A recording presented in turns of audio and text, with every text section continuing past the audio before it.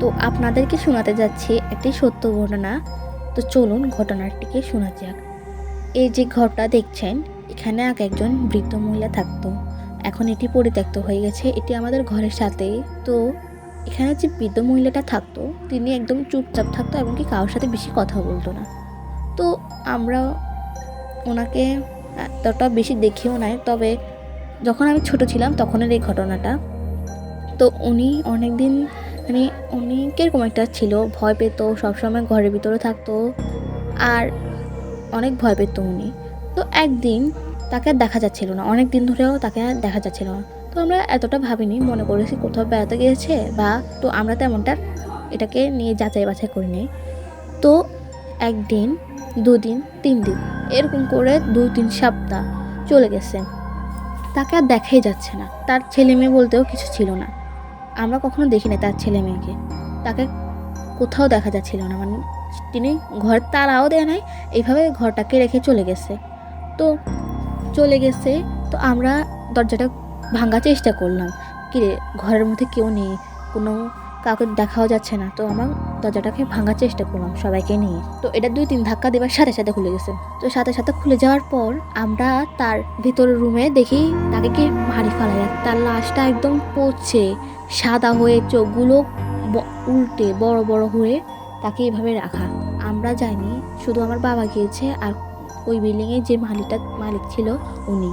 তো কয়েকজনকে নিয়ে দরজাটা ভাঙার পর, এসব দেখার পর ওই দিন দরজাটাকে বন্ধ করে দেওয়া হয়। তো বন্ধ করে দেওয়ার পর ওখান দিয়ে যারাই যেত, রাস্তাটি দিয়ে যারাই যেত, তারাই নাকি মহিলাটার কথা কান্নার আবার শুনতো বা যে দাঁড়াই আছে এখান দিয়ে। তো এরকম অনেক দিন হয়। তো ওই মালিকটা, যিনি এই বিল্ডিংয়ের মালিক, সে একটা ভাড়াটিয়া আসে এবং তাকে ভাড়াতে দিচ্ছে হচ্ছে 2জনকে, স্বামী স্ত্রী। তো ওরা ভাড়াটিয়া হয়ে ওখানে থাকতে শুরু করে। তো 1-2 সপ্তাহ পর তাদের নাকি ঘরটা ভার লাগতেছে।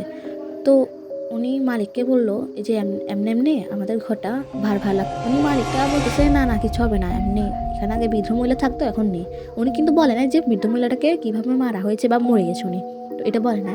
তো অনেক দিন ধরে এরকম হতো যে মহিলাটা থাকতো ওখানে, তার যে স্বামী ছিল উনি কাজে চলে যেত ঢাকায়। তো উনি 2-3 দিন থাকতো, আবার চলে আসতো বাসায়।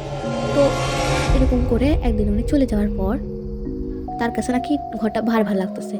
উনি এবার তার স্বামীকে কল করে বলে যে আমার ভয় লাগতেছে। তো ওনার স্বামী বলতেছে দরজা জানালা বন্ধ করে শুয়ে থাকো, ভয় লাগবে না, আর বেশি সমস্যা হলে মালিককে ডাক দিও। তো উনি দরজা আটকাবার পর জানালা যখন আটকাতে গেল, তখন নাকি সে মানে কে একটাকে দাঁড়ায় থাকতে দেখলো। আমার এখনও খুব ভয় লাগতেছে কথাটা বলতে। তো উনি নাকি দাঁড়ায় থাকতে দেখলো কালো একজন, মানে বসে আছে এখানে কালো একজন। তো উনি খুব ভয় পায়, সাথে সাথে আবার তার স্বামীকে কল করে বলে এমন করে দেখো। তো ওনার স্বামী বলে তুমি জানালাটা আটকে শুয়ে থাকো। উনি জানালা যখন আটকাতে গেল, তখন ওই যে কালো কালারের একজন বসেছিল না গাছের নিচে, উনি তাকালো, গাছের নিচ থেকে তাকালো, তার চোখগুলো ছিল লাল লাল, আর সে তাকালো এবং তখনই মহিলাটা বেহুশ হয়ে পড়ে গেল। তারপর তার স্বামী তাকে কল দিল এবং তাকে আর কলে পাচ্ছিল না। ওদিন রাতে তার স্বামী চলে এলো। তো আসার পর তার স্বামীর স্ত্রী ওখানে শুয়ে আছে, নিচে পড়ে আছে। তারপর তার স্ত্রীকে 2-3 দিন ধরে হাসপাতালে ভর্তি করালো এবং কি তাকে সুস্থ হয় নাই, উনি কিছুটা জ্ঞান হারাও ছিল। তো 2-3 দিন পর তাকে যখন জিজ্ঞেস করা হলো কী হয়েছে ওই দিন রাত্রে, সে সব ঘটনা বললো তার স্বামীকে। তো তার স্বামী তাকে নিয়ে একজন তান্ত্রিকের বা ওঝা যেটাকে বলে ওখানে নিয়ে গেল।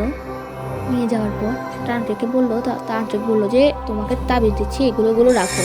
তো রাখার পরে সে এই তাবিজগুলো নিয়ে ওখান থেকে ওই বাড়িটা থেকে চলে গেল।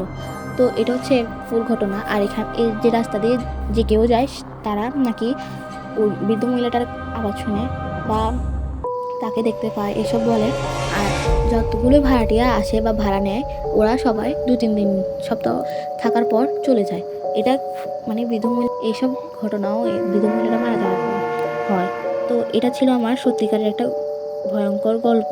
যদি ভালো লাগে তাহলে লাইক সাবস্ক্রাইব করে দিও। আর এটা হচ্ছে একটা সত্যিকারের গল্প না, সত্যিকারের ঘটনা। তো বাই বাই এভরিওয়ান।